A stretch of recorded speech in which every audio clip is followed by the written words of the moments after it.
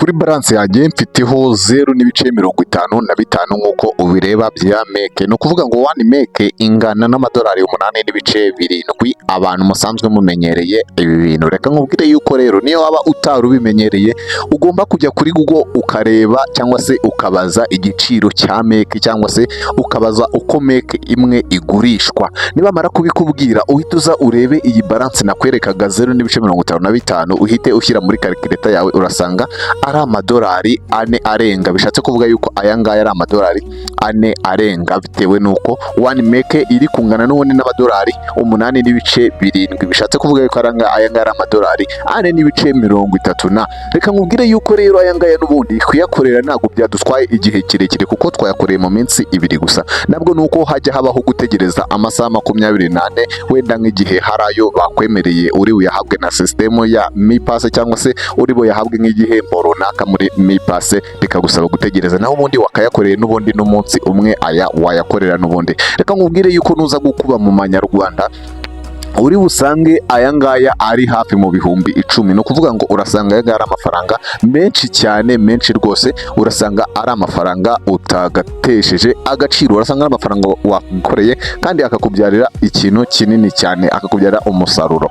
Noneho rero reka nkubwire yuko aha ngaha ntabwo ari ubwa mbere tubikushemo, urabizi aya yose twagiye tuyabikuza. Abantu mwagiye mureba video zose uko zagiye zibanza, cyangwa se video nakoze zose zivuga kuri Mi Pass. Ni ukuvuga ngo nagiye bereka uburyo kimwabi kuza Mi Pass mo hano. Ntabwo uyu munsi ari cyo kintu rero kinzanye, ndaje ngo nkwereke uburyo butatu bwiza kandi bw'ingenzi bworoshye ushobora n'ubundi gukoreramo meke hano muri Mi Pass. Ni ukuvuga ngo izi zose ureba ni transaction, iyi ngiyi ni nka last transaction. Abantu mwayebye video zanjye murabizi, aya ngaya niyo duheruka kubikuza n'ubundi ejo bundi muri kino cyumweru kirangiye. Ni ukuvuga ngo abantu mukurikirana akantu ku kandi murabizi aha ngaha izi ngizi 0.30 na bingahe bari babashije kuduha n'ubundi amadolari agera hafi kuri 4. Reka nkubwire yuko aha ngaha meke ifite agaciro gakomeye cyane kandi gateye ubwoba. Mwibutse yuko nta gishoro bisaba, nta kindi kintu na gitoya bisaba, nawe wabikora.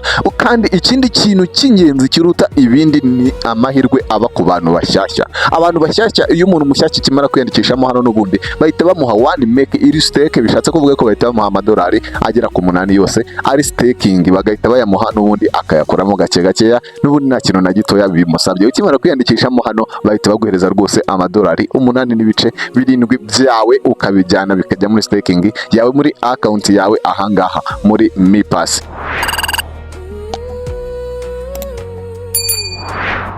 Reka nkwereke rero akantu kandi ngiye kukwereka ibice bitatu. Reka dufungure n'ubundi iyi application ya Mi Pass, nkwereke ibice bitatu by'ingenzi nabashije kuba n'ubundi nakoreramo ziriya 0.55 meke. Ni ukuvuga ngo ngiye kukwereka ibice bitatu by'ingenzi muri iyi application ya Mi Pass ugomba kwitaho cyane, ukaba wakoramo n'ubundi ayawe nta kintu na gito yabigusabye. Igice cya mbere ni iki ngiki ndi kugutungiraho n'ubundi agatoki cya staking. Reka tukinjiremo nkwereke. Ni ukuvuga ngo ukinjira muri staking uraza ukareba ahangaha hano hejuru ndi kugutungira n'ubundi, ukareba niba ufiteho amafaranga cyangwa se ufiteho ayo system yarakugeneye. Yangaya n'ubundi bayaguhera ubuntu nta kindi. Ugakanda hano hepfo hari iri jambo n'ubundi ndi kugutungira agatoki. Ukimara kuhakanda uraza n'ubundi ugasanga hano harimo ikindi kijambo kinini cyitwa guclaiming block reward. Ni ukuvuga ngo izi block reward baziguhamo hano ku buntu gutyo gusa, uraza ugasanga ziyongere. Ugakora confirm withdraw n'ubundi abara yawe, uraza ugakora kuri claim ukaya claiming,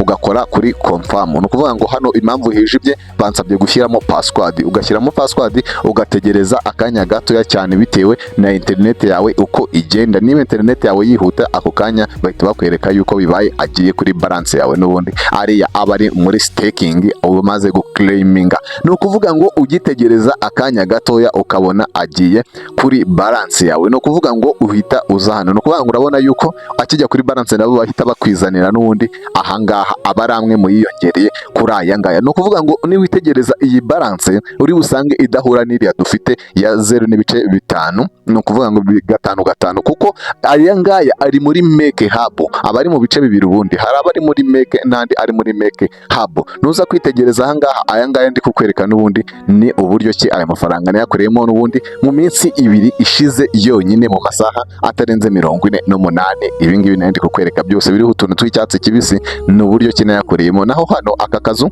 aka ngaka ko ni aka transaction nyine muri taransifa. Reka twisubirire inyuma njye kukwereka ikindi gice cy'ukuntu n'ubundi wayakoramo n'ubundi bitakugoye, ikindi gice cyoroshye cyane. Ni ukuvuga ngo nahereye ku gice cya mbere ngiye ku cya kabiri nkwereke ikindi gice cya kabiri cyoroshye cyane.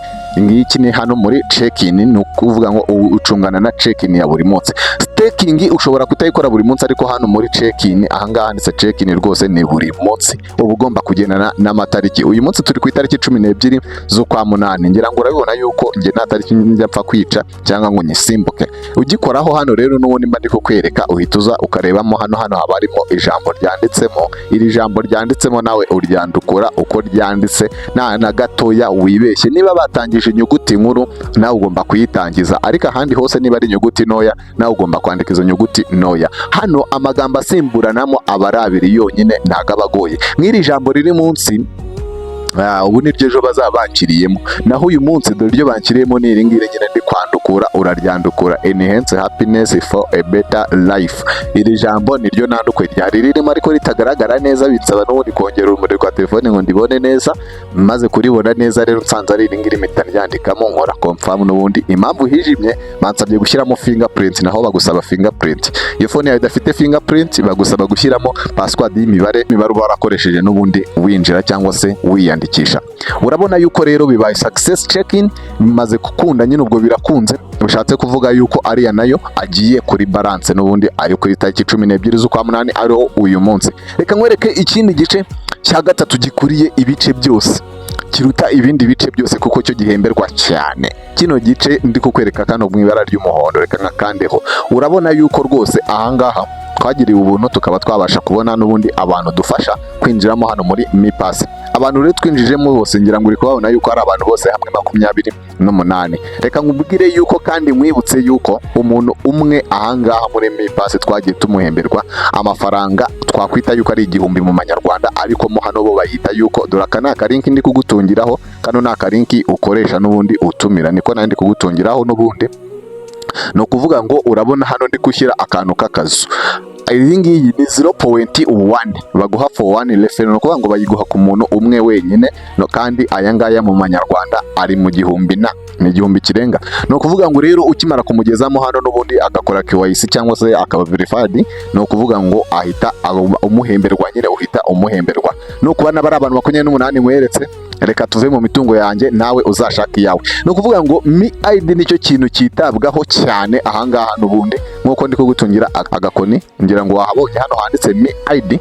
Hano kuri Mi ID nicyo kintu cy'ingenzi cyitabwaho ku muntu watumiwemo hano, cyangwa se umuntu ugiye gukora KYC, ugiye kuverifyingamo hano n'ubundi. No kuvuga ngo Mi ID abasabwa gukoresha isura ye akora verification, abasabwa kandi kuba yakoresha n'ubundi irangamuntu ye, akaba afite ifoto y'irangamuntu ye imbere n'inyuma uwo muntu n'ubundi, kugira ngo kwiyandikisha kwe KYC yiwe ize kuba yaba verified, n'ubundi aze kwiyandikisha no gukora verification neza, ibintu bigende neza cyane, bibe ari ruzungu. Ibice bitatu rero by'ingenzi ngira ngo urabibonye byose, mbigutongeyeho agatoki, nta na kimwe kigoranye kirimo. Ubonye harimo ikikugoyera kire kugakora ibindi, ese ni kiye kigoranye muri ibi ngibi? Uraza kumbwira n'ubundi nta kigoranye njyewe kuri njyewe, kuko byose ndabikoresha kandi akaza mu buryo bworoshye cyane.